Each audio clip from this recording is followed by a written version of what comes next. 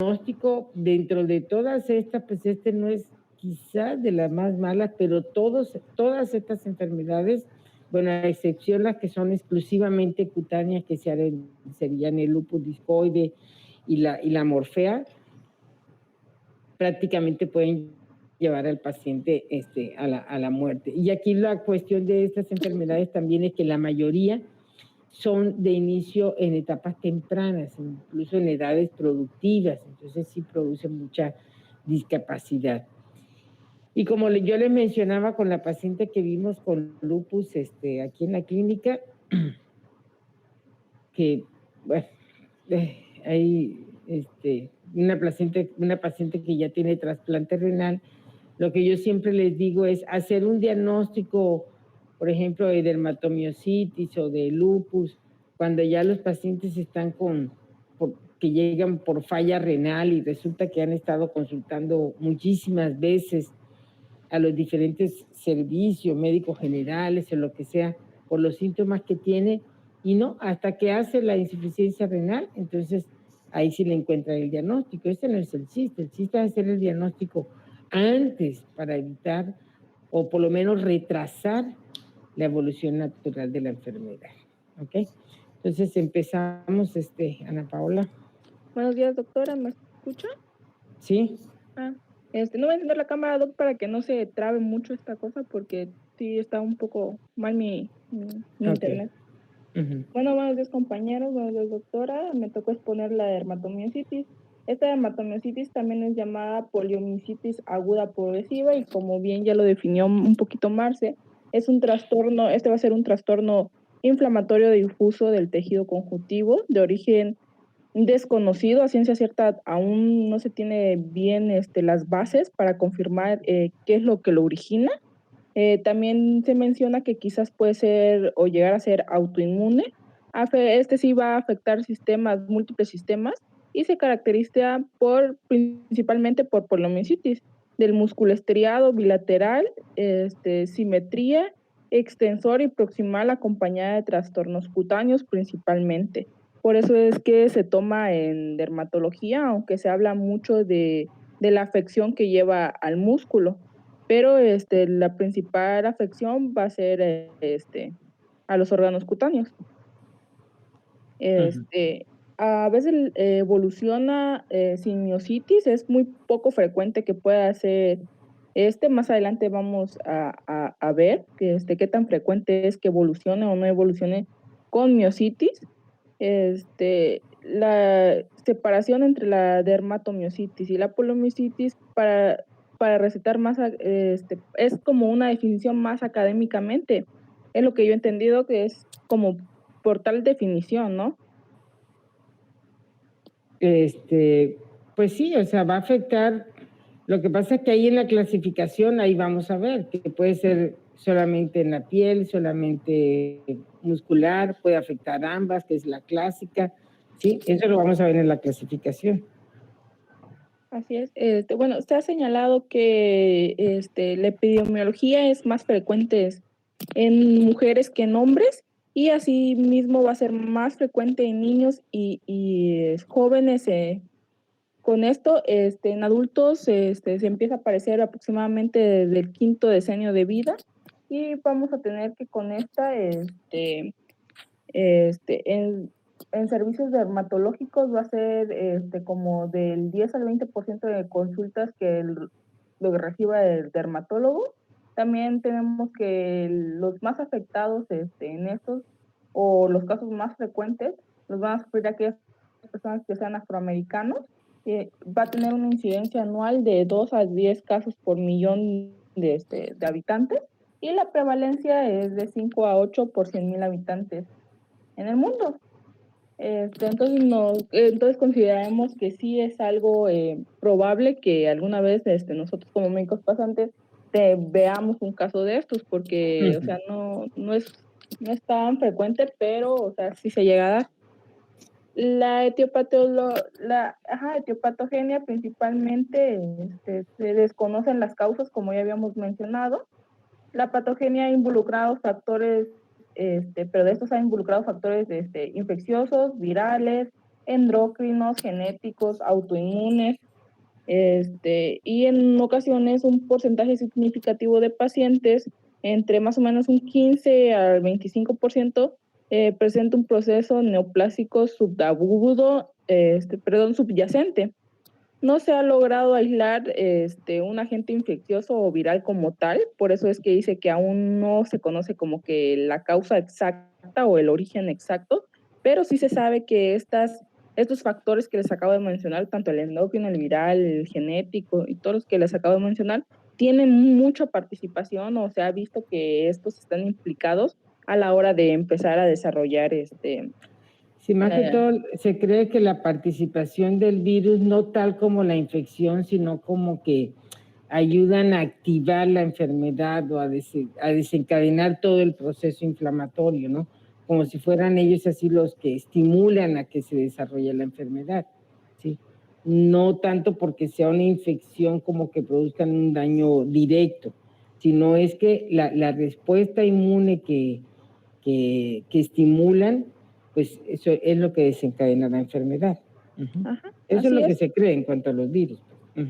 Así es, también menciona algo de los virus que invaden los músculos, dañan en el endotelio vascular y causan así liberaciones de ciertas citocinas, que estas pueden inducir una expresión genética del gen del complejo mayor, distocompatibilidad, y es así como empieza como a desarrollarse lo que bien ya explicaba la doctora, lo que empieza a desarrollarse un poco. Entonces aquí vamos a tener factores que intervienen, así por así decirlo, una respuesta inmunitaria mediada por células CD8, citocinas que llegan a dañar el músculo. Entonces vamos a tener que esto va a ser, el factor viral, por así decirlo, va a ser de un 60 a un 80% que puede representarse o su origen puede estar representado en pacientes, va a ser un 60 a un 80%. Y ¿qué más? Bueno, en cuanto ya he explicado una vez que hay diferentes causas y que todavía no tenemos como bien la definición de una causa o qué es el agente causal, entonces vamos a clasificar, vamos a tener una clasificación, esto van a ser 6, es una poliomielitis sin lesión cutánea. Esto solo va a ocurrir inflamación del músculo que se denomina poliomielitis, y también existen afecciones de la piel, dermatomiositis, perdón, y cuando la afección del músculo es escasa y transitoria, también lo vamos a ver en estas clasificaciones. La segunda clasificación es la dermatomiositis clásica o poliomielitis y lesiones cutáneas. Aquí ya vemos que empiezan a aparecer lesiones cutáneas. Esto vamos a ir clasificando hasta donde yo lo entendí, dependiendo al cuadro clínico que vaya a presentar el paciente. Y entonces así vamos a poder definir cuál es la clasificación o más o menos cómo se llama bien la poliomielitis que está presentando. Entonces también vamos a tener... Ajá. Bueno, o sea, esta clasificación, o sea, la enfermedad, o sea, aquí, a ver, ¿con qué otra cosa se ha relacionado? No solamente son así como que, yo creo que lo están orientando mucho a que solamente son los virus los que están ahí. O sea, ¿qué otras cosas suceden en la dermatomiositis? ¿Sí? Por un lado. Y la clasificación, o sea, todas son, digamos, dentro del grupo de la dermatomiositis, solamente que hay algunas que tienen, por ejemplo, que tienen afección muscular y no tienen lesión cutánea, ¿sí? La clásica, que sería la que nosotros esperamos que tenga afección cutánea y afección muscular, ¿sí? La paraneoplásica, que se presenta con las mismas manifestaciones, solamente que esta es la que aparece en pacientes mayores, y estas generalmente después de 40 o 50 años, me imagino que vamos a ver más adelante qué tipo de cánceres son los que más se relacionan. O sea, ¿por qué? Porque el protocolo de estudio puede ser diferente.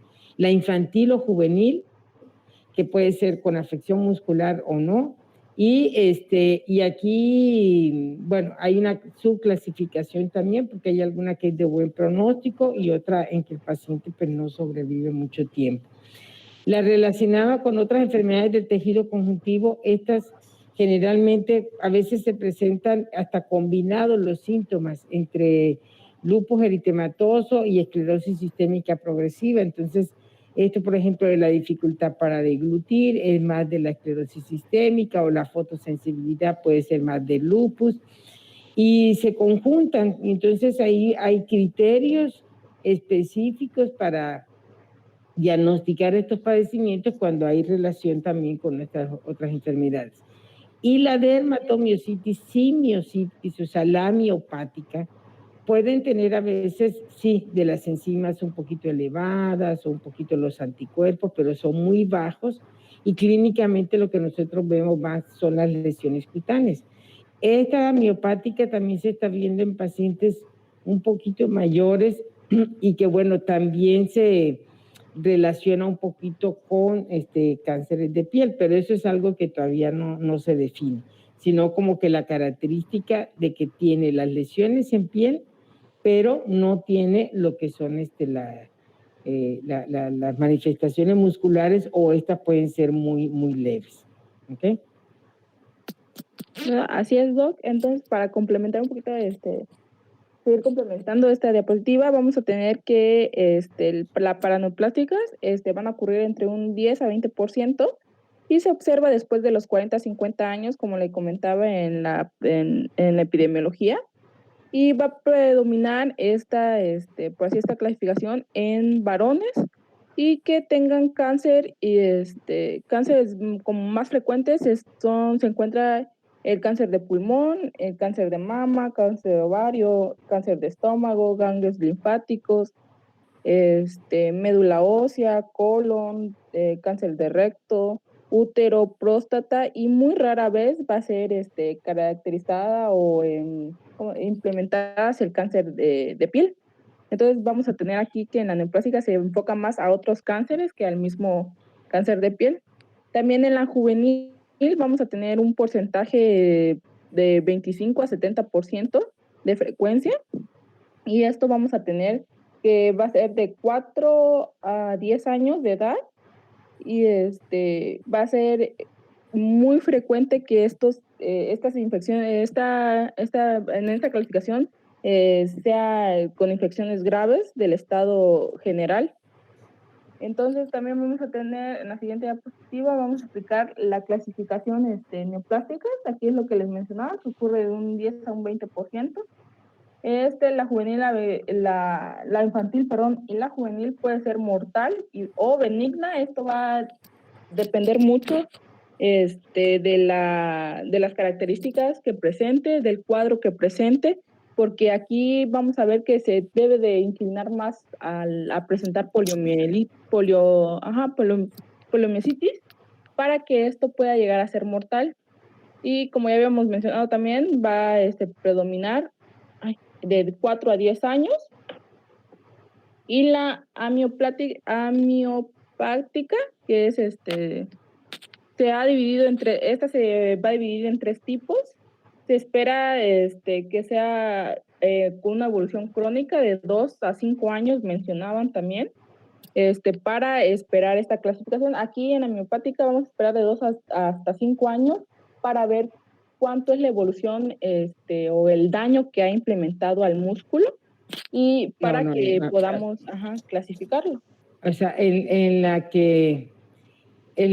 miopática, o sea, más que todo en tipos diferentes. ¿Por qué? Porque a veces que nosotros podemos encontrar que definitivamente solamente tiene las manifestaciones cutáneas, en otros en los que hay una cierta incidencia y ciertos anticuerpos a la hora que nosotros pedimos los estudios de laboratorio, en cantidades bajas, pero ahí están presentes, ¿sí? Esa es una forma también de dermatomiositis amiopática, ¿no? Y la que puede, le digo, ir variando, que puede empezar de una forma y luego evoluciona a la otra, pues francamente. Sí, así es. Bueno, vamos a tener que el cuadro clínico puede ser, aquí lo clasifico, lo maneja de un inicio repentino, en donde a partir de, ya sea de una amilectomía o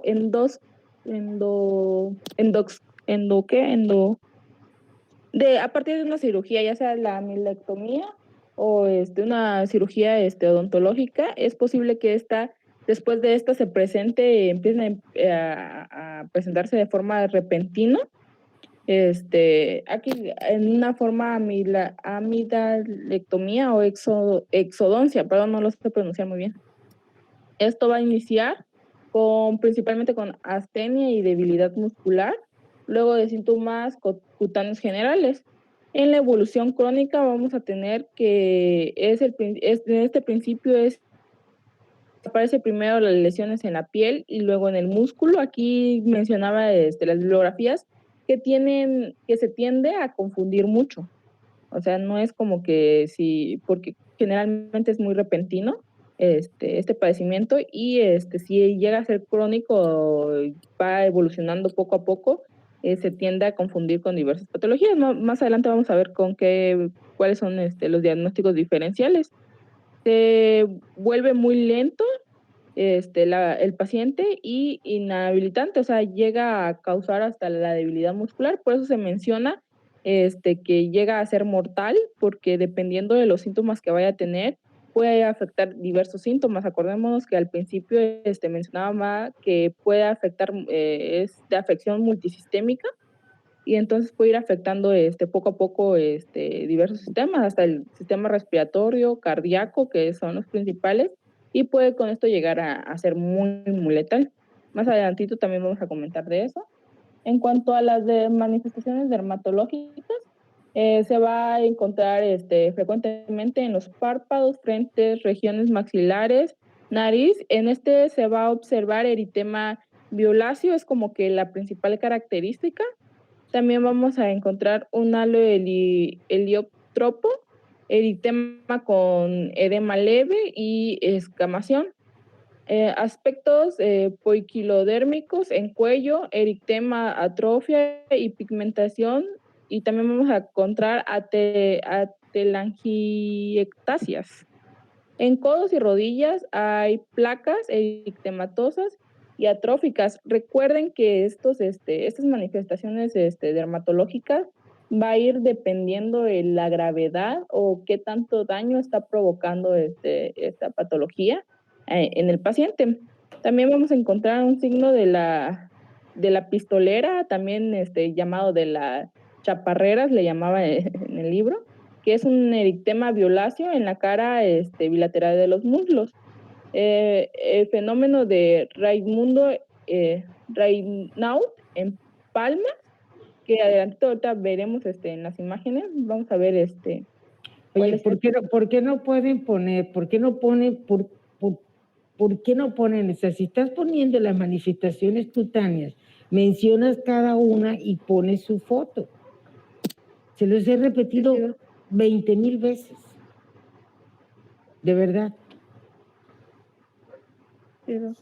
Porque no lo buscan, o sea, nada más van a poner ahorita ahí lo que me encontraste en el libro y ya, o sea, bueno, ajá. ¿Esta qué es? A ver. Esta aquí vamos a ver en la imagen A, vamos a ver una dermatomiositis que está extendida en el tórax. También tenemos una poiquilodermia y vamos a tener una poiquilodermia extensa que va a abarcar, esta poiquilodermia densa va a abarcar desde el tórax, el abdomen, y dice también que se puede extender hasta la espalda, o sea, atrás se va a extender un poco más. Otras manifestaciones también tenemos eritema violáceo y la distribución en ojos y zonas extensoras.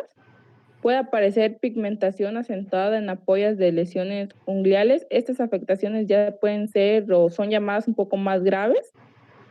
También pueden aparecer afecciones en el cuero cabelludo, como le decía, telangiectasias gingiviales o estomatitis, calcinosis en la piel, articulaciones y fascia muscular. Más adelante, ahorita les voy a enseñar también las imágenes. En estas suelen aparecer como arañazos, latigazos en zona de dorsolumbar, es lo que les comentaba en la otra imagen, pero no se veía la parte de atrás.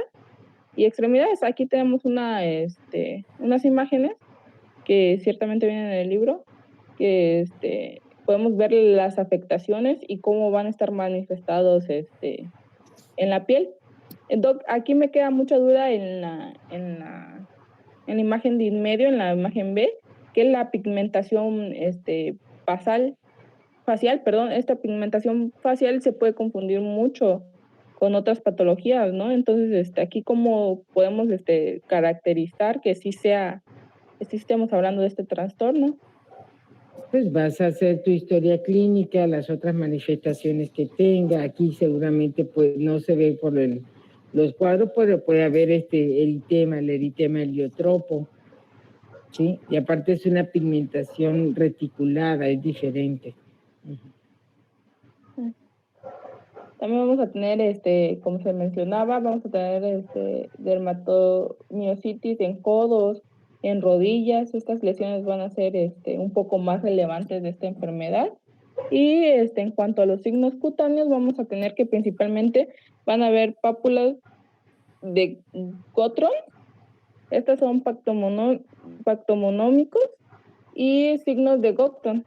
Eritema en helicotrópodo y telangiectasias periunguales, que son característicos con eritema violáceo, hiperkeratinosis. También vamos a tener que son compatibles la polioquiodermia, erosiones y ampollas. También vamos a tener calcinosis.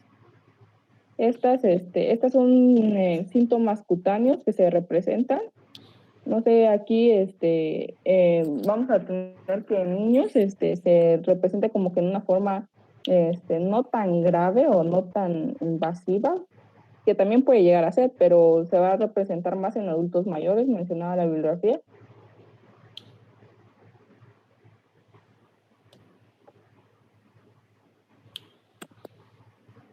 En cuanto a las manifestaciones sistémicas, vamos a tener que son síntomas prodrómicos.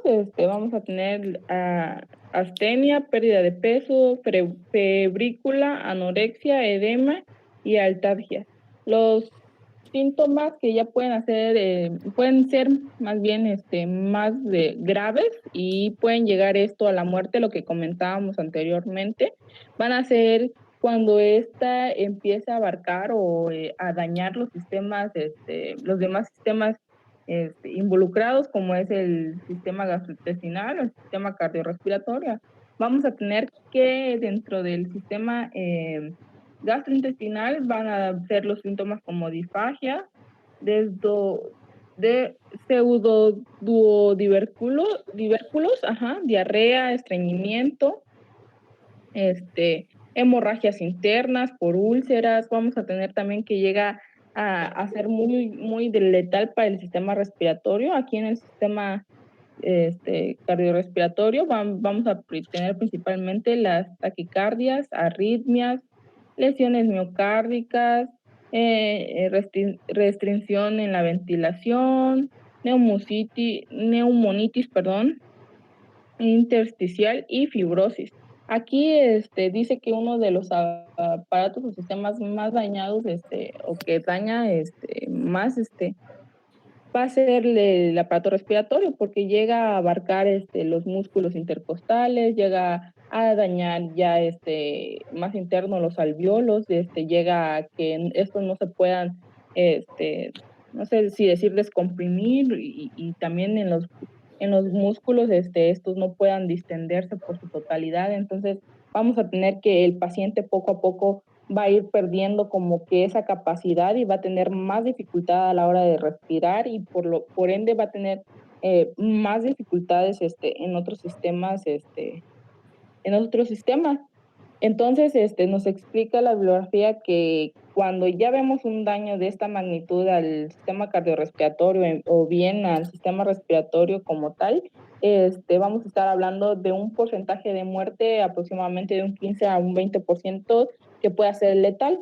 más adelante vamos a ver que esto va a depender mucho, a ciencia cierta, de qué tan tratable llegue a ser, cuál sea el mejor tratamiento que podemos indicar, y también va a depender mucho del médico, como es una enfermedad crónica que poco a poco va a ser degenerativa, ahora sí, entonces va a depender mucho del tratamiento que indique. Si el tratamiento es constante, es el más indicado para las manifestaciones que está presentando, tanto sistémicas como cutáneas, vamos a ver que puede tener un gran retroceso. Diversas bibliografías manejan que tiene un retroceso hasta de un 80% en la enfermedad. Y entonces, vamos a ver que esto va a depender mucho del tratamiento. Entre los datos de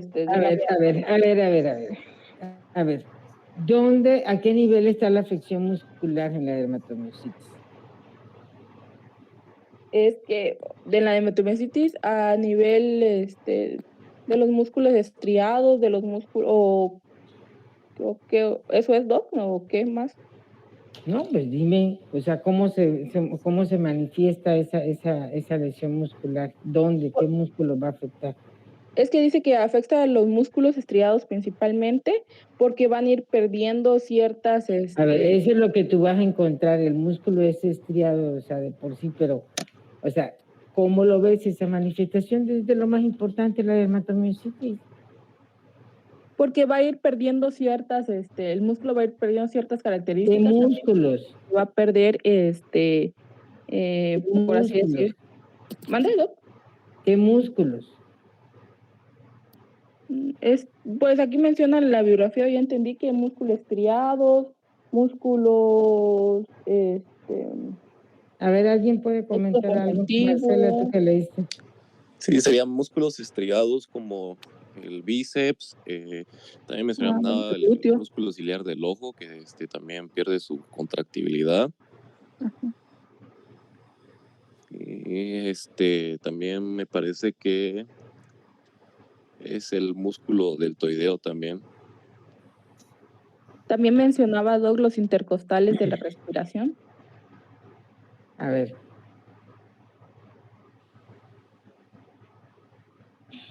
Hay una marcha característica que tienen estos pacientes, precisamente por los grupos musculares que dan. Y marcha de pato, decía la literatura. Ajá, ¿y por qué es esa marcha de pato? Porque pierde la fuerza de los músculos de la cintura escapular. Sería ahí la pélvico-femoral y la escápulo-humeral. Sí, esas dos. O sea, ¿y cómo se va? O sea, ¿qué es lo que vamos a pedirle a un paciente? ¿Qué es lo que vamos a ver en esos pacientes? Es que, o sea, de verdad, la característica de la dermatomiositis con los criterios dermatológicos que ya los mencionaron, que casi fotos pusieron, pero bueno, porque no pusiste de las lesiones unguiales, de todos los signos característicos que aparecen en la dermatomiositis, ¿sí? Y ¿qué es lo que sucede con el paciente? Por ejemplo, si nosotros le pedimos a un paciente, ¿el paciente va a llegar con qué? Aparte de las manifestaciones cutáneas, del eritema violáceo, eso, muscularmente el paciente lo que va a decir es, ¿sabe qué? Es que no me puedo peinar, no puedo levantar los brazos, me cuesta mucho. O no puedo levantarme de una silla sin que yo me tenga que apoyar en algo, no puedo subir unas escaleras. O sea, independientemente de los músculos intercostales y que nos puede dar la dificultad respiratoria, o que, pero lo más importante es eso, esa marcha anserina que se llama, camina un poquito como los pingüinos, ¿sí? Los pingüinos, si los han visto en los documentales, véanlos cómo caminan, así. ¿Sí? A eso se refiere. ¿Por qué? Porque no pueden ellos, digamos, flexionar en la cintura pélvico-femoral. Y acá no pueden levantar. Algo que yo les sugiero que pongan atención es que como el inicio es muy insidioso y como puede aparecer después de alguna cirugía, algún evento, muchas veces encontramos pacientes que le dicen, no, pues es que fue la anestesia que me hizo daño, o que Lo que vemos mucho en nuestro medio y que a veces no le damos importancia a los pacientes, cuando hubo muchas estas epidemias de Zika y chikungunya, muchas veces se pasaron por alto estos diagnósticos porque el paciente le daba y efectivamente esos procesos infecciosos han llegado, lo que les digo, que son infecciones virales, pero que llegan a activar, a desencadenar un proceso inflamatorio. Entonces, los pacientes que tienen la predisposición, muchas veces, pues, es que quedé así, y los pacientes creen que fue después del Zika o después del dengue, después del chikungunya, y no, ¿sí? O sea, realmente lo que estaban debutando es con un cuadro de estos, ¿no? Entonces, hay que estar muy atentos en nuestro medio de hacer, si piensa que sí, que hay chikungunya, pero pues pedir los anticuerpos, etcétera, ¿no? Entonces, y bueno, ¿y qué otras manifestaciones cutáneas? O sea, ya no pusiste nada, ni las manos de mecánico, ni las telangiectasias perineales, pues unas fotos están rechafas, ni se ven las pápulas de Gotrón, ahí no se ve nada.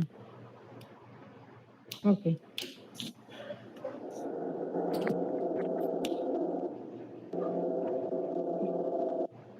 ¿Sí me escuchan, Doc? Sí. Bueno, los datos de laboratorio que se piden frecuentemente, vamos a tener que aquí en esto va a haber un aumento de enzimas séricas indicativas de la lesión muscular, como es el apartato, la alanina, aminotransferasa y la creatinina fosfosinasa. También vamos a encontrar en estos estudios de laboratorio la deshidrogenasa láctica y la aldolasa. Esta es la creatinina fosfosinasa, va a ser como que la más sensible y específica. También vamos a tener que una de las más sensibles o específicas para el desgaste muscular, y lo vamos a pedir en un laboratorio de orina de 24 horas, se va a encontrar la creatinina. Muchas veces esta creatinina la vamos a encontrar en estos pacientes muy alta. La sedimentación eritrocítica también va a estar alterada. Y la biometría hemática, vamos a tener que en estos exámenes generales de orina y la biometría hemática van a resultar, por así decirlo, normales. Y también vamos a tener hallazgos como anticuerpos. Estos anticuerpos antinucleares vamos a tener que van a definir como ciertos grupos homógenos de pacientes que presentan ciertas características epidemiológicas. También vamos a tener que estos pacientes van a presentar ciertas características un poco diferentes clínicas. Va a ser un propósito con esto similar, y en esto se van a encontrar, estos anticuerpos antinucleares se van a encontrar en un porcentaje de pacientes más o menos del 75%. También vamos a tener que en estos mismos pacientes, además de la hipermegaglobulinemia que podamos encontrar, vamos a encontrar hipercrioglobulinemia. Esto se va a relacionar más que nada con anticuerpos específicos y relacionados totalmente con la miositis. Son muy importantes también así la biopsia del músculo. Aquí vamos a agarrar la biopsia principalmente del músculo afectado, con lo que vamos a hacer un electromiograma, ¿sí? Electromiograma. Ajá. Y esta va a depender si el resultado sea positivo o no. Y esto va a mostrar una unidad motora pequeña, breve y polifacético. Esto va a implicar en este diagnóstico del electromiograma, va a indicar qué tan avanzado, por así decirlo, el padecimiento, qué tan avanzado esté la miositis más que nada. Entonces, también vamos a tener los criterios diagnósticos de Bond, algo así, Bond, que principalmente va a ser la debilidad muscular. Esta va a ser proximal, simétrica o con o sin disfagia, lo que explicábamos al inicio. La disfagia, tanto también como alteraciones respiratorias, vamos a tener que aquí va a implicar mucho la gravedad y qué tan crónico puedan llegar a ser. La biopsia muscular, con datos normales, esto nos va a decir que no va a ser un diagnóstico, un criterio para decir que va a ser tan grave. Entonces, también vamos a encontrarnos enzimas como las que mencionábamos para que veamos la gravedad o el daño que llega a tener el desgaste, más que nada. Específicamente el desgaste que tenga o esté teniendo el músculo. Y al aumento de estas enzimas vamos a tener un criterio también de llevar a cabo un tratamiento específico para ver que aquí ya esté siendo un poco más grave o afectado. La electromiografía, como bien les explicaba, estos datos pueden aparecer normal. Si aparecen un poco alterados, dice que ya estábamos hablando aquí, es como contundente. La electromiografía es como que no se hace tan frecuentemente, ¿no, doctora? Es lo que encontré en otras bibliografías, que no es que... Es un criterio diagnóstico. Ajá. Es un criterio diagnóstico. Espérame tanto. ¿Qué pasa? Pero que le va a tratar como extra, pero vino a ver la cita para cuando la puede pedir. Usted la ponga como extra. ¿Qué fue lo que se le pidió? Ah, ok. No me acuerdo quién es. No, que le den cita. Si ya tiene los estudios.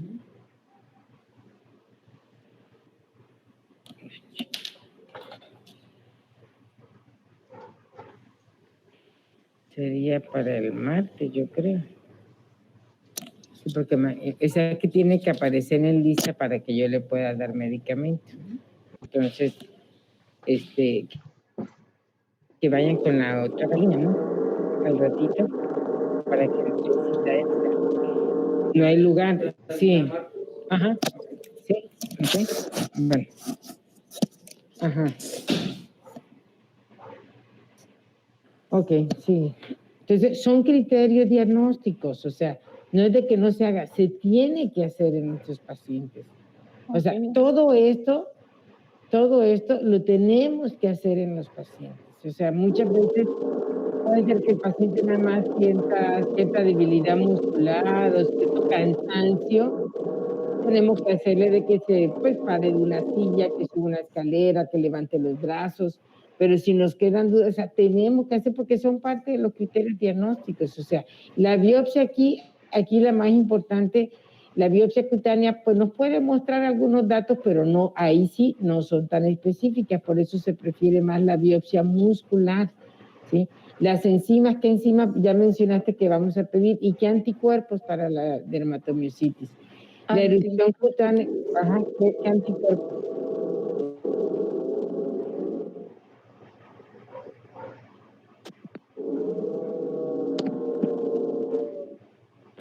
Sí, Doc, disculpe.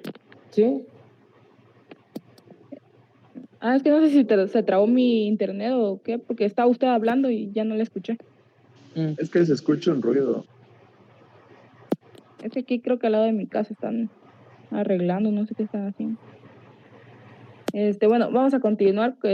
Vamos a tener que todos estos datos, criterios diagnósticos, vamos a tener que la más certera, o que si encontramos una erupción cutánea típica o sugestiva, esta va a ser, ahora sí, va a proporcionar certeza a la hora del diagnóstico. Y por eso son patonomónicos, el signo de Gotrón y las pápulas de Gotrón, por eso son patonomónicos.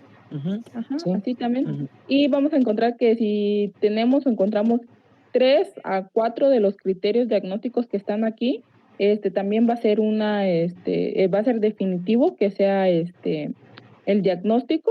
vamos a tener, si solo encontramos 2 criterios, los que acabamos de preguntar en algún paciente, va a ser probable que sea el diagnóstico, y si nada más tenemos un criterio diagnóstico, va a ser posible que lleguemos a que sea el diagnóstico.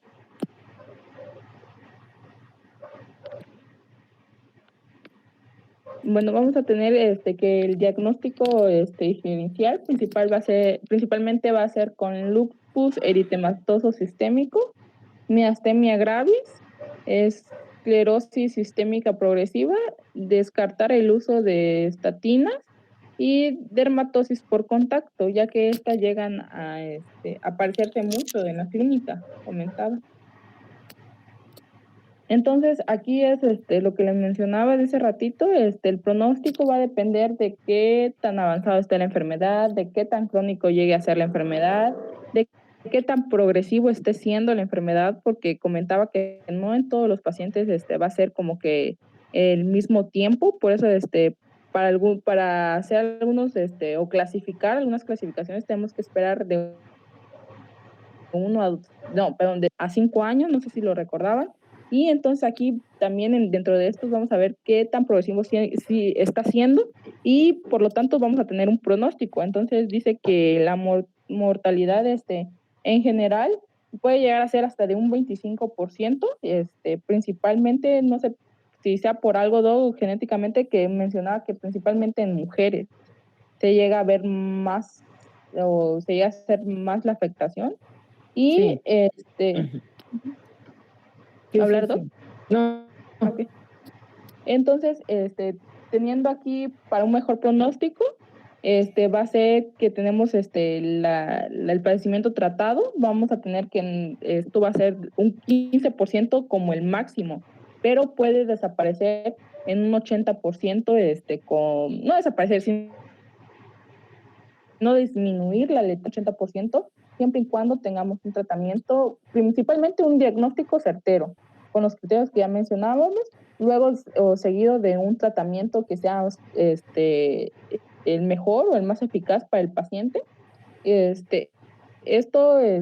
Los casos, por así decirlo, más complicados son los de paraneoplásicos, porque obviamente se va a relacionar con los cánceres que ya habíamos mencionado, principalmente el de mama, los cánceres ováricos, ciertos cánceres que pueden llegar a ser mortal. Entonces, conjugada o unada a esta enfermedad, se dice que tiene muy pocas probabilidades en cuanto al tratamiento sea exitoso. Entonces, bueno, mire, aquí hay que estar atentos con esto de los paraneoplásicos. La cuestión es, si nosotros vemos una dermatomiositis en un paciente mayor de 40 años o cada vez más jóvenes, ¿sí? La dermatomiositis puede preceder al cáncer, todos estos que mencionaron de próstata, de mama, de ovario, etcétera, hasta 2 años antes de que aparezcan los primeros síntomas. Entonces aquí nos da tiempo para que nosotros a esos pacientes después se le estemos vigilando específicamente, hacer un estudio oncológico, digamos, en esos pacientes, ¿no? Si se trata el cáncer, desaparece la dermatomiositis, y cuando el paciente pues, puede llegar a tener alguna recaída del cáncer, se vuelve a reactivar la enfermedad. Entonces, sí, o sea, son complicados porque pues cualquier pronóstico de cáncer puede ser un poquito complicado, pero también a veces nos sirve como un aviso y nos ayuda a hacer una detección temprana de ese cáncer si nosotros buscamos esa relación. Así es, doctora. ¿Y si se trata la dermatomiositis, se puede prevenir el cáncer? ¿O solo es como que No. Por eso es paraneoplásica. Es que esa parte, ¿no? O sea, acompaña, digamos, al cáncer, ¿sí? No es que sea como que la dermatomiositis parte del cáncer, solamente lo acompaña. Por eso lo puede preceder, o sea, desde que el paciente a veces no tiene ningún síntoma, hasta 2 años antes de que empiecen con las manifestaciones reales de cáncer, podemos encontrar dermatomiositis. Hay que estarlo vigilando a esos pacientes, ¿sí? Por eso le digo, se trata el cáncer, desaparece la dermatomiositis, pero si puede haber una recaída del cáncer, recae con la dermatomiositis. O sea, y a veces igual, la recaída de la dermatomiositis a veces es como que el primer dato de que ese paciente está recayendo. Es paraneoplásica. ¿Sí? No es una metástasis, no, es paraneoplásica, acompaña al cáncer. ¿Okay? Sí. Bueno, también vamos a encontrar la forma juvenil. En esta forma juvenil dice que se va a remitir en promedio en 5 años, o sea, pasan de 2 a 5 años para que esto pueda ser remitido. Si es de buen pronóstico, si es de la de buen pronóstico, porque la que es una vasculitis y sistémica y eso, los pacientes fallecen 2, 3 años. Ajá. Si son predictivas exactamente, doc, a la evolución más crónica, esta persistencia va a ser como que más letal, es lo que mencionaba. También vamos a tener que se buscan neoplasias en pacientes con factores de riesgo, lo que mencionábamos, bueno, lo que comentaba más bien la doctora. Y por último, vamos a tener el tratamiento. Aquí principalmente que nada en cuanto al tratamiento lo hemos venido comentando un poquito a lo largo de la exposición. Dice que se va a valorar principalmente la gravedad y las afecciones sistémicas que los pacientes lleguen a tener. Entonces vamos a tener, vamos a valorar principalmente estas afecciones que llegan a tener y va a ser revertir la debilidad y permitir al paciente volver a su estado funcional normal. Esto va a también prevenir contracturas. También del manejo dermatológico, va a ser, se menciona la bibliografía que va a ser prednisona de 1 a 2 miligramos por kilo al día. También se tiene la azotioprina o ciclofosfamida de 1 a 3 miligramos por kilo de peso al día. También tenemos la metotrexato de 15 a 25 gramos a la semana, la hidroxicloroquina o cloroquina. Estos van a ser como que el manejo, como aquí dice, dermatológico que va a presentar, y dependiendo qué tanto está afectado, vamos a manejar diversas terapias. También aquí indica la fisioterapia y rehabilitación, si este paciente no es grave, si este paciente no es paraneoplásico. Entonces también vamos a complementar con antidepresivos, antihistamínicos, extracción de la cirugía de ciertos calcinosis. Y este manejo, más que nada, doc, mencionaba que el doctor, al ver la gravedad que tenga el paciente, va a ser el manejo que se va a llevar a cabo. No todo es como que seguir siempre con prednisona o seguir siempre con metotrexato o cosas así, ¿no? Bueno, lo que pasa con todos estos padecimientos es que, o sea, aquí tenemos que estar vigilando siempre. O sea, estas cifras que decimos de las transaminasas, de la DHL, de la CPK, o sea, alcanzan cifras de 2,000 y tantos, o sea, son altísimas generalmente. Entonces, lo que se trata con los medicamentos es de lograr bajar esa cifra para disminuir el proceso inflamatorio, pero aquí sí que generalmente se necesita, miren, hasta a veces 2 miligramos por kilogramo de peso. O sea, una persona que pesa 80 kilos va a necesitar entre 150 y 160 miligramos de prednisona. Se mete la azatioprina para disminuir un poco la dosis que tengamos que dar de prednisona. Pero el problema con estos pacientes es que muchas veces las enfermedades se complican porque siguen su evolución natural y muchas veces se complican por los tratamientos. Entonces hay que estar vigilando ambas cosas, ¿no? Y en cuanto se mantenga, se alcance ese proceso desinflamatorio, que el paciente esté estable, esté bien, entonces ya se empieza a disminuir y la idea es alcanzar una dosis mínima necesaria con el que el paciente se pueda controlar sin que tenga los efectos secundarios. ¿Okay? Así es, doctora. También se menciona en la bibliografía, si la enfermedad es paraneoplásica, las manifestaciones van a desaparecer con esta cuando la neoplasia sea eliminada. Estos van a ser completamente complementarios a antidepresivos, como ya los mencionábamos.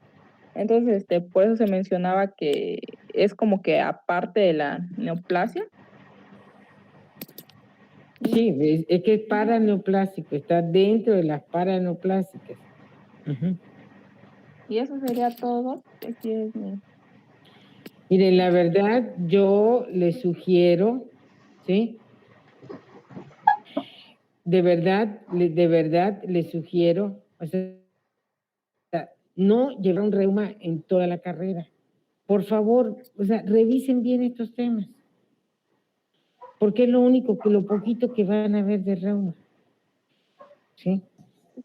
Entonces, de verdad, o sea, desde el principio del semestre yo les di para que si ustedes se lo reparten por unidad, y eso no es mi problema, yo no les voy a decir quién va a poner y quién no. Pero yo desde el principio del semestre les di cómo los temas que iban a estar y cómo los iban a ir exponiendo. ¿Vale?